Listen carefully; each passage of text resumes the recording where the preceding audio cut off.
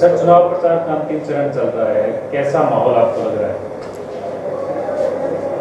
सिरसा जिले की ऐलनाबाद विधानसभा सीट का उपचुनाव 30 अक्टूबर को होगा और जिस प्रकार से चुनाव प्रचार अपने अंतिम चरण में आ रहा है, भारतीय जनता पार्टी के कार्यकर्ताओं ने हरियाणा प्रदेश से ऐलनाबाद में आकर के एक एक वोटर से संपर्क करके और आज इस प्रकार का वातावरण बनाने में सफल हुए हैं कि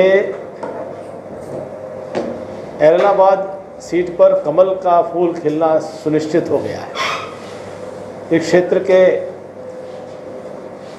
जो भाग हैं वो बदलने वाले हैं और सुनहरा समय, गोल्डन पीरियड इस क्षेत्र का इस उपचुनाव के परिणाम के बाद प्रारंभ होगा। जितना हमने जनता के साथ में संपर्क किया है,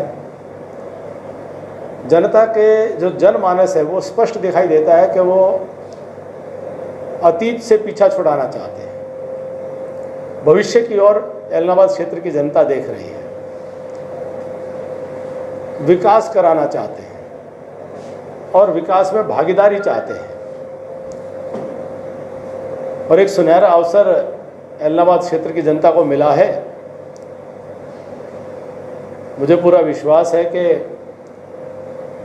जनता इस मौके को नहीं गंवाएगी और भारतीय जनता पार्टी का एक विधायक और चुनकर के विधानसभा में पहुंचेंगे।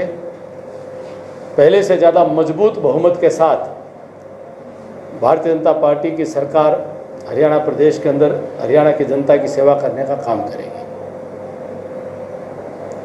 आज ऐलनाबाद विधानसभा क्षेत्र में कुछ गाँव में जनसंपर्क करने का अवसर मिला है और कई गांव के लोगों से व्यक्तिगत मैंने अलग अलग जगहों पर उनको बुला करके उनसे संपर्क करने का प्रयास किया, जिसमें भुरटवाड़ा है, उमेदपुरा है, पोहड़का है,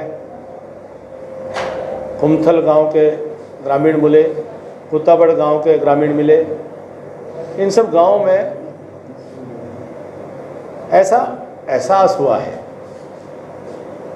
कि भारतीय जनता पार्टी के पक्ष में एक अंडर करंट है, बहुत स्ट्रॉन्ग अंडर करंट है और लोग सरकार के साथ अब जुड़ना चाहते हैं। ये जो आप गांव बता रहे हैं, इनेलो का गढ़ माना जाता है और पूरे हल्के को इनेलो का गढ़ माना जाता है। अब तक जितने चुनाव हुए हैं, इनेलो के विधायक सबसे ज़्यादा बने। क्या बीजेपी गढ़ तोड़ पाएगी इनेलो का?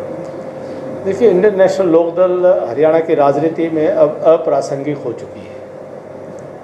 उसका कोई अब हरियाणा की राजनीति में कोई ना तो जनाधार बचा है और ना ही कोई भूमिका बची है।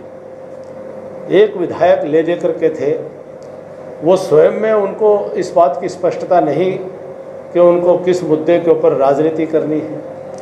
उनको कभी एक विपक्ष की भी जो जिम्मेदारी निभानी चाहिए थी, वो एक सही तरीके से विपक्ष की जिम्मेदारी भी नहीं निभा पाए, तो उनके अपनी स्वयं की भूमिका ही स्पष्ट नहीं हो पाई है। तो आज Indian National Lokdal as a party Haryana के अंदर अपने जनाधार को पूरी तरह से खो चुकी है, अप्रासंगिक हो चुकी है। तो जब पार्टी ही हरियाणा के अंदर जो उसका कोई अस्तित्व नहीं बचा है, तो उसके गढ़ बचने का कोई कारण नहीं है। और अब नई पीढ़ी वह एक बंधुआ मजदूर की तरह से राजनीति या अपने वोट के अधिकार का उपयोग नहीं करना चाहती है। नई पीढ़ी आगे बढ़ना चाहती है, विकास करना चाहती है, राष्ट्रवादी विचार के साथ भारतीय जनता पार्टी के साथ जुड़ना चाहती है। अभय सिंह तो कह रहे हैं कि बीजेपी की डिमांड जब्त करवाएंगे।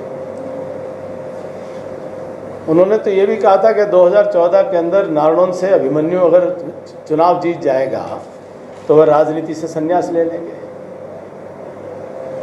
उनकी किस बात का कितना भरोसा करें, आप उनसे पूछ लीजिए। वीडियो रिकॉर्डिंग है, आज तक चैनल पे कहा था। कांग्रेस का क्या देखते हैं इस चुनाव में? कांग्रेस का चुनाव जिस स्थिति में है वह लगातार कमज़ोर होता जा रहा है। कांग्रेस मुकाबले से बाहर हो चुकी है। कांग्रेस कहीं भी आज भारतीय जनता पार्टी के मुकाबले में तो कहीं कुछ था ही नहीं, लेकिन कांग्रेस अपने एक प्रकार से चुनाव को चला ही नहीं पाई है। तो कांग्रेस की फूट का लाभ भी भारतीय जनता पार्टी को मिल रहा है। सर कांग्रेस के उम्मीदवार आपका सवाल था कुछ? कैप्टन साहब, मैं आपसे ये पूछ रहा हूँ कि 45,000 समथिंग वोट आपके कैंडिडेट को 2019 के इलेक्शन में 11,000 वोटों से अगर से अब आप क्या मानते हैं कि आपका वो जो प्रत्याशी था वो अब कांग्रेस का प्रत्याशी हो गया, कितने वो वोट बीजेपी के थे और कितने वोट पवन बेनीवाल के थे? इसी के साथ एक और ऐड कर रहा हूँ कि क्या आप ऐसा मानते हैं कि पवन भरत सिंह बेनीवाल अंदर खाते, जैसे हुड्डा साहब ने भी उसको कह दिया, आप भी कह रहे हैं कि उनका फायदा, तो क्या मानते हैं कि उसके 35,499 में से तो 15,499 वोट या 30,000 वोट या 25 आपको मिले? मैंने ऐसा कोई हिसाब किताब नहीं लगाया है। हम तो जनता की नब्ज़ को जितना समझ पाए हैं उस आधार पर बड़े विश्वास के साथ कह सकते हैं कि भारतीय जनता पार्टी के पक्ष में एक ज़बरदस्त वातावरण बन रहा है और निश्चित तौर पर भारतीय जनता पार्टी ये चुनाव जीतेगी। किसान आंदोलन का कितना यहाँ आप इस्तेमाल? अपनी जगह पर वो मुद्दा हो सकता है, लेकिन राजनीतिक विषय, राजनीतिक मुद्दे के तौर पर एलनाबाद के चुनाव में उसका प्रभाव नहीं दिखाई दे रहा है। किसानों ने ऐलान किया कि इस चुनाव में बीजेपी जजपा को वोट नहीं देंगे। चुनाव परिणाम साबित कर देगा कि बहुत बड़ी संख्या में किसान वर्ग भारतीय जनता पार्टी की नीतियों का समर्थन कर रहा है। सर कांग्रेस की तरफ से ये कहा गया कि यहाँ पर इतना वक्त हो गया सरकार है, इलाहाबाद के विकास की अब बात की जा रही है, जो काम है वो अब हो रहे हैं, पहले वो काम नहीं हुए और विकास कहीं दिखता नहीं। वो ये कहते हैं कि ना तो विधायक ने काम करवाया और ना ही सरकार ने काम। कांग्रेस 10 साल सत्ता में रही, केंद्र में भी रही और प्रदेश में भी रही, और उनके 10 साल के कार्यकाल की तुलना हमारे पिछले 7 साल के कार्यकाल की तुलना कर ली जाए तो विकास के दृष्टि से निश्चित तौर पर हमारे भारतीय जनता पार्टी की सरकार के 7 साल कांग्रेस की 10 साल के ऊपर बहुत बहुत भारी पड़ेंगे। कैप्टन साहब, वैसे बेसिक मतलब सिर्फ अगर इलाहाबाद की बात करें ना तो करोड़ों रुपए का पैकेज पूर्व मुख्यमंत्री दे के आए, लेकिन वो धरातल पे कहीं नजर नहीं आ। ये लोगों की बात बता रहा हूँ, आपके फायदे की बात बता रहा हूँ। अगर आप पता करेंगे आपको पता भी लग जाएगा। आप सवाल पूछें, बताएं ना। नहीं, ये सवाल की तो है ना आपके, उसका आपने भी कहा आप सवाल करें, सवाल विकास किया, सवाल करें। यहाँ तो सर बिल्कुल भी आप अपने पैसा नहीं लगा। जनता की दृष्टि से देखें, जनता बहुत इस बात को लेकर आश्वस्त है और बहुत विकास हुआ है पहले की तुलना में। धन्यवाद। सर, आप गांव का दौरा करने के लिए गए तो वहां पर जैसे गोविंद कांडा को लोगों का सामना करना पड़ा, चुनौतियों का सामना करना पड़ा, आपको भी करना पड़ा उस प्रकार? मैं तो खूब बढ़िया रोटी खा के आया हूँ, हलवा खा कर के आया हूँ, पनीर की सब्जी खा कर के आया हूँ, सेवियों की खीर खा कर के आया हूँ, चाय पी कर के आया हूँ और लोगों का बहुत प्यार मिला है। सर, थोड़ा सा विकास की रणनीति के बारे में बता दो जीतने के बाद। धन्यवाद।